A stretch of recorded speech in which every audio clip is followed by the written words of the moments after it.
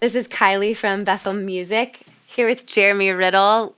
We get to spend some time talking about your new project, More. Yes. And so first of all, it's been 7 years since you've released a solo album, Jeremy Riddle, solo project. Right. That's a lot of life that's Yeah. happened in Yeah. there. And I think it's significant. You titled this album More. So want to hear just a little bit about that. Talk a little bit just about that period of time between then and now. Yeah, that's a lot of life. Not that, for me, when it comes to this creative process, it's I find myself forging ahead into something and not having a lot of clarity. And it's only when you look back that you see all the pieces and you can kind of tell like a beautifully crafted story, but it wasn't like it started as a beautifully crafted story. Like even the song More, it didn't start as more. Like it started in some other realm and then it became that. And it was honestly only in discussion about the record that I was like, oh, that is like the heartbeat of my life. And that Wow. has literally been the journey. And not just my journey. I feel Yeah. like it was my parents' journey. Wow. My parents just had this hunger, this drive Wow. for more. Like they tasted of something in the Jesus movement. And it left such a mark and such an impression on their hearts that they're like, we have to find a deeper well. We have to find more, literally. Wow. And so they did something that for them, I think it was such a risk and it was so costly, but I'm living in the fruit of that. And they left everything on the East Coast to join up with a movement called YWAM. And that was my first exposure to worship, my first like contemporary worship. And they just kept like going on that journey and looking for the more of God. Where was God moving? Where was God breathing? And then that led us ultimately to Anaheim and the Vineyard movement. Yeah. And then that journey, I mean, I was there for 15 years and my heart was just like, Lord, I feel like there's more. And we could feel the Lord pulling us, like wooing us. And we stepped out and it was like, where, people in that transition are like, where are you going? What are you doing? And we tried to give them reassuring answers, but we really didn't have them. Yeah. And we're just like, we don't know, but we did know that there was more and that we had to have it at any cost. And that led us to a wilderness that ultimately 2 years of just kind of, wandering in the wilderness is what it felt like before we actually came. There's 2 years and then you landed in Redding. Yeah. And a lot of people have a lot of different stories about what that's like, but that kind of connects with the next thought that I had is just, I think when people see you in the light that you're most commonly maybe seen in with when it comes to music at least, and that's that you are someone that people experience as having a lot of conviction about your presence and about what you sing about, what you choose to write about. I think conviction develops, it's chosen. And what are any moments, again, connecting with what's led to you titling your album More? What were some moments where you actually were forging that by your yes? We say things, right? Yeah. More at any cost, which are heartfelt things we say to the Lord in our worship, but that actually looked like something in that time. You're right. What are any moments or stories that, where it was really rubber meets the road of that yes? Yeah. I came to Redding. I came to Bethel Church as a failing Christian music artist, okay? Which I didn't really have any intention of being a failed Christian music artist or being a Christian music artist, period. But I wrote a song and it kind of launched me into this world of, it took off on radio, Christian radio, and it pulled me into a world. And it's one of those things where you're like, well, that's crazy. The Lord must have opened that door. And so we walked through that door and I spent 2 years of my life doing the best job I knew how to be a great Christian music artist. And by the end of it, like, it's one of those points where, you're failing. And at some point you just go like, you just have to grapple, like, who am I?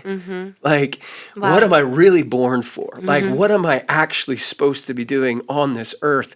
And there's nothing quite like failure to bring like deep resolve. And I came out of that season where I felt rejected by everyone, literally everyone, like in my life. And I'm just like, okay, what who do I want to run with and who do I want to be? And if there's one thing that I knew, is like, I may be a terrible performer. I don't know how to engage a group of people. I don't know how to engage an audience. I do know how to worship. Like, I do know how to do a very, very simple thing. And when I'm able to do that, something in me comes to life. And where is the place where I can just be alive and just go after that? And it was this crazy small church in Redding, California, where I experienced a group of crazy, free people. It wasn't like we're going after this or that. It was like, no, we are going after the presence of God. And I was just like, I don't know up from down, but I know that is the tribe that I was made to be a part of. And it's not just a tribe in Redding, California. It's a tribe that is growing all across the face of the planet. Of people who are hungry for one thing, who don't necessarily care to be all the other things, but like, we want to learn how to be ministers to the Lord and how to bring something that moves the heart of God. Like, that created such a resolve in me. And it was so strong. I mean, we lost everything to move to Redding. Like, it did cost us everything. We lived in a fifth wheel trailer for 9 months, and it was the happiest season. It was like, no, we have found our people. Are you kidding? We have found the pearl of great price. It was worth selling. And I'm not talking about just the community of Bethel. I'm talking about a place where you know who you are, you know what you're for, and you have found the people that you're supposed to run with and who carry the same fire in your heart. Like, that's everything in life. Like, that kind of resolve. Like, absolutely. It flows out of those like do or die moments. And we had a choice. There were lots of churches that would have had me as a worship pastor. And I didn't know anybody in Redding, California. But we're like, but again, it's that pursuit of more. And I'm like, there's more there. And that's worth everything for me. And so, like, once you hit that place, it may cost you everything. But then all of a sudden you find that momentum begins to flow. And in that decision, I found myself. Wow. And I found the authority that I was made to carry. I found the song that I was made to sing. I found the family and the fathers and the mothers and all the things. And not just for me, but for my wife and kids. And anyway, it just literally changed the course of our lives. Wow. Speaking of the song you were meant to sing, you said a really interesting quote I want to read back to you. You said, not very long ago, this record was a fragile dream I barely had the courage to make. Yeah. And I think to many people that might be surprising, intriguing.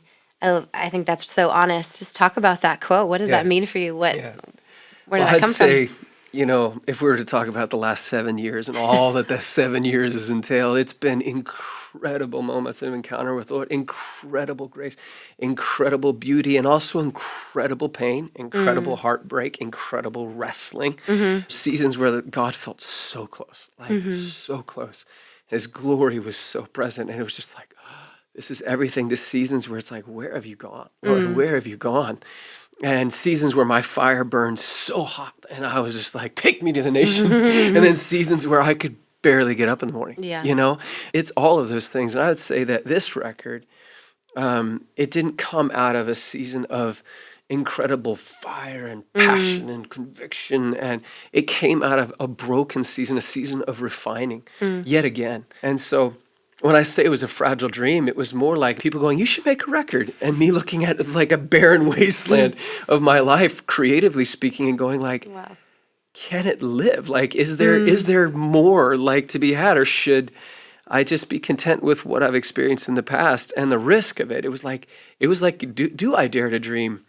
Because I think in this thing, like, the older you get, the more you just kind of go like, is it worth going on this journey? I mean, when you're not young, you're not naive anymore. You know what this is going to cost. And I'm going like, okay, yes. Yeah. Like, I just said yes to it. It didn't start with a clear picture. It didn't start like, normally that's how all creative projects start. Yeah. You got this, you feel like you're pregnant with something, and then you're like, and it grows, and you're like, I've got to give birth to this somehow. That is not how this started at all. It was more like, I'm going to be open to the possibility. My cry of praise at that moment felt feeble. It didn't feel strong or resounding. It felt feeble. And a lot of these songs, they didn't come out of what I would say like a season of inner revival. They came out of a season of deep inner resolve that no matter what came my way, I would find my foundation would be praised, my song would be praised, my choice would be praised. And I couldn't have sung some of the songs that later came for the record right at the start.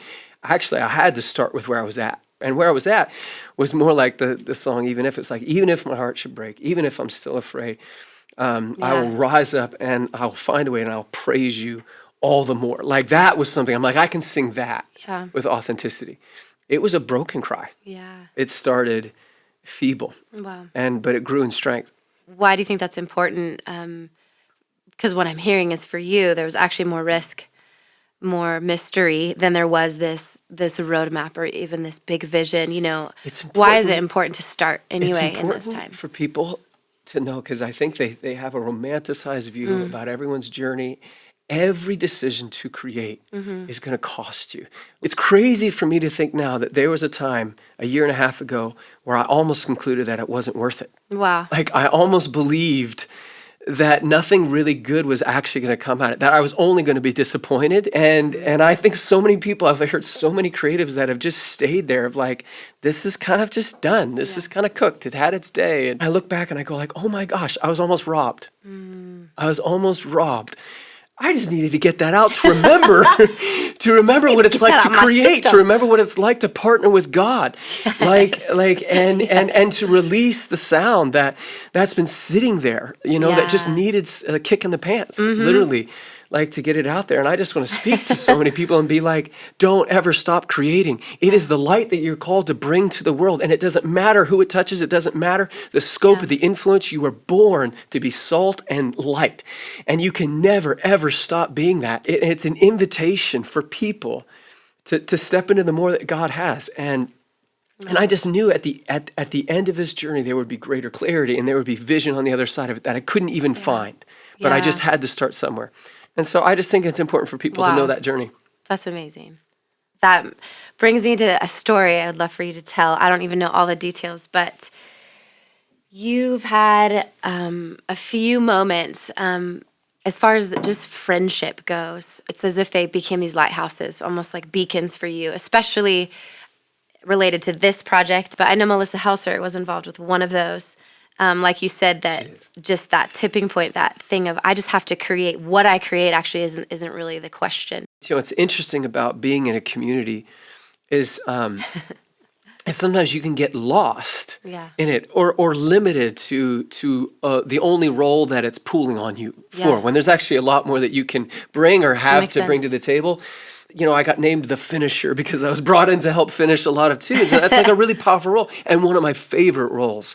But what I didn't know is by like reducing my life to just helping other people finish their songs that like I had lost my own. And I wasn't cultivating it. I wasn't trying to sing it. I wasn't trying to do it. It was so funny because I was, I'm a verbal processor, I've discovered. My wife has known that for all of our lives. But it was like a revelation for me. And I'm sitting there, I'm verbally processing with Melissa Helser. And man, if anyone knows Mel, she just kind of stares intently at you, like she's looking through you, like she's listening to what you're saying, but you just know that she's like, it's like something's about to hit you from another world. Yes. And so, but it was that kind of thing. And I'm just verbally, and I'm processing about everything but what she addressed. I am talking about this and I am agitated about this and I'm agitated. And all of a sudden just like, she's like, whew, and she leans over and she's really intense and she's just like, chair. She's like, what's your song? What's your song? And I'm just like, I just sat back in my chair and it was like, I don't know. I don't know anymore. Like, I haven't even entertained that thought of like, what's my song? And it was like, what do I want to say to God? If I'm sitting there and I'm singing at his feet, like, what's that? And I realized that had gone dormant. And I was like, ooh, like, how has that gone dormant? Like that can never be. Yeah. And so it was like, it's more about finding my relationship again, finding like the things that my heart burned to sing to the Lord and the things that woke my heart up. And that was massive, massive for this. And thanks, Mel. Yeah. Wherever you are, if you ever watch this, thanks for that. And we're going to talk a little bit more, but that theme of I think friendship has really distinguished a lot of aspects of the projects. And one question around that, does this project for you build upon either your last project or last kind of what the topic of your last song to the Lord was? Or do you just feel like this carves out a completely new path? Like this is a left turn. People might not expect this from me. I mean, it's both and it's all of it at once. I've had to surrender completely, all outside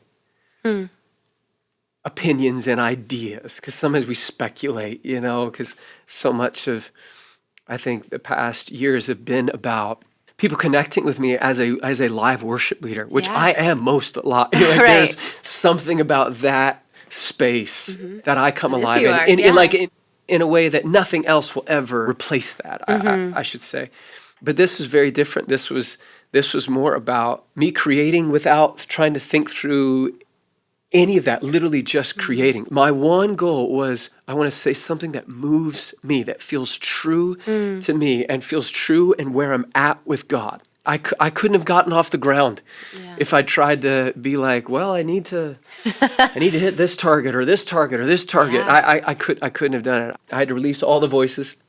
It was That's hard not initially, easy. it was really difficult. It's not easy to do. And even there were a couple times where I'm like, people are gonna hate this, like, and literally just let that go and just be like, just find your heart again. Wow. Just find it and find something that moves you, and you do have to trust that if something moves you, it will hit somebody else.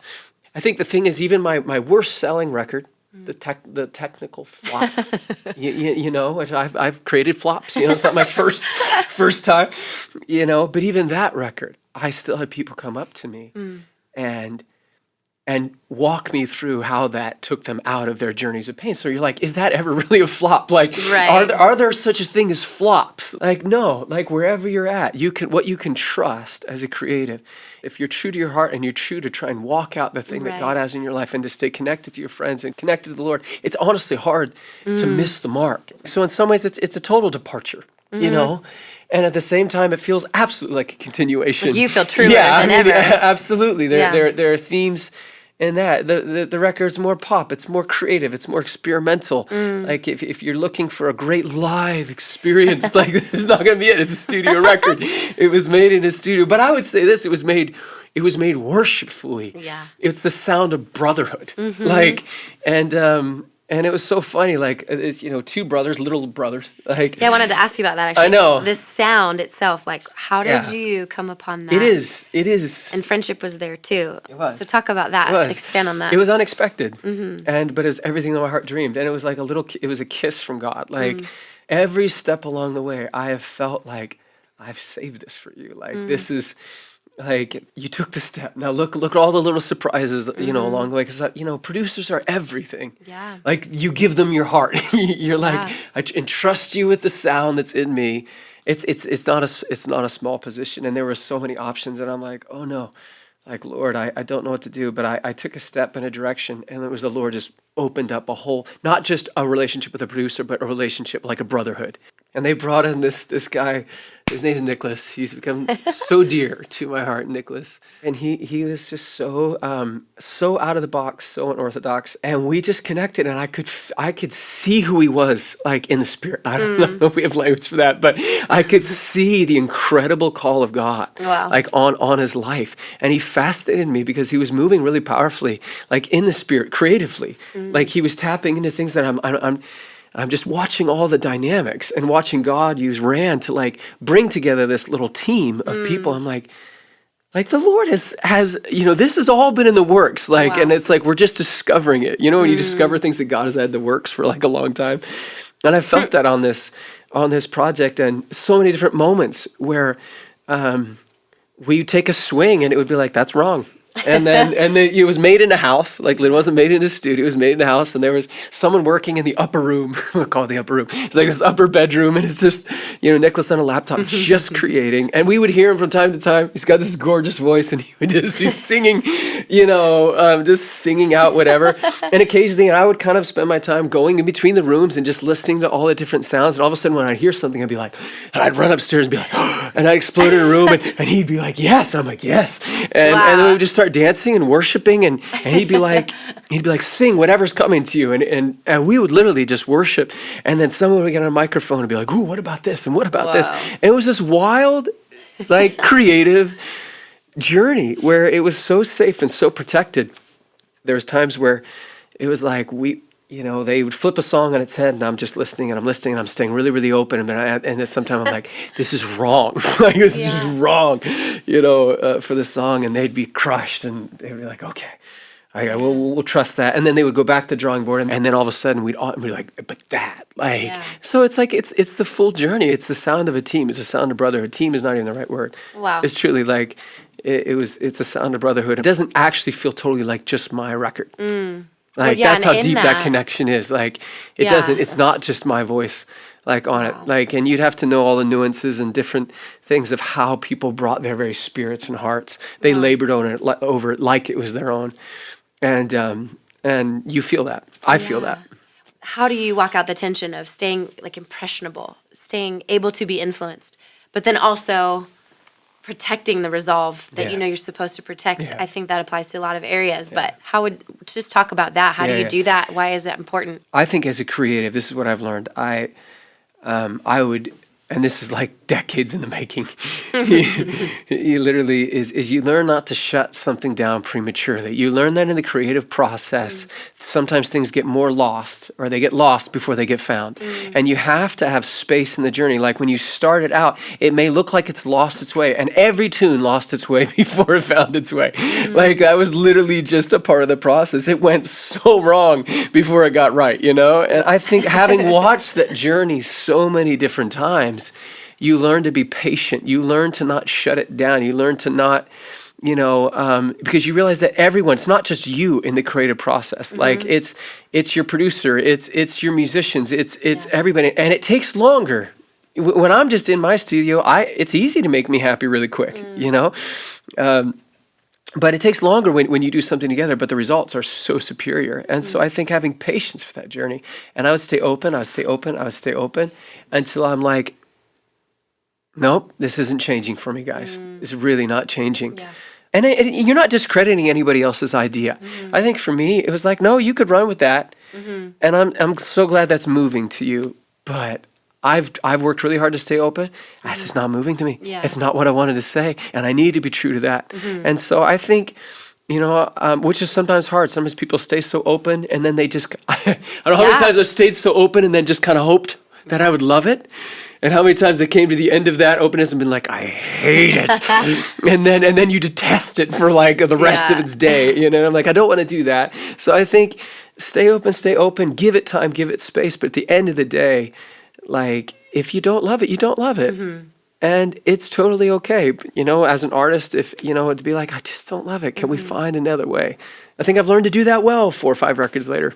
Yeah. You make a lot of mistakes on both ends, from shutting it down too early to staying entirely too open and letting other people's opinions like basically win the day. And the creative process is really, really beautiful if everyone knows how to stay really open and also how to stand by their convictions. It's like, there's maybe things that don't necessarily connect as strongly to you, but the end result is really hard to argue with, So shifting gears to the visual representation of all that you've been sharing around the songs and how they became, how they evolved. Want to hear your thoughts on your album cover. It's really beautiful, really interesting. What was it like? Describe what it is to you, why that's significant, and how did you get there as knowing that is what I want to encompass this idea of more that has so much meaning to you now, especially? Again, I start all my creative processes like just crazy open. Like I don't know. Like I'm like, surprise me. Which is different, like my friend Amanda Cook, like when she's like, I want this, I want it like this, I want this palette, I want that, I just look at that, I marvel, because I'm like, and it takes me time of kind of sifting through ideas before I'm like, all of a sudden. But it was in this process, this beautiful process of being exposed to a ton of different ideas. And I was so grateful for my friendship with Steven, who was really so instrumental, like in this cover. And he just started firing ideas. I'm like, that one's way closer. I want something that feels spiritually significant. Like, I don't want something that's just cool looking, that just is like, ooh, like intrigue. I want something that has substance. And like, out of all the things, and he sent me this picture. He sent me, and it was so funny because it was so different than anything, he'd ever sent me before. And all of a sudden, he sent me a picture of a dove with like this wind, kind of pixelated wind blowing through it. And I'm like, Like something is lit up inside of me, and I'm like, that, because that's what it represents. What I want to see more than anything else is to see the Holy Spirit, the activity of God, like on the planet, and everything that means. Like that's the thing that is the more. The more is the more of God. The more is God's activity on the earth. The more is his Spirit moving and breathing and shaping and forming and using us, dude. That is the more.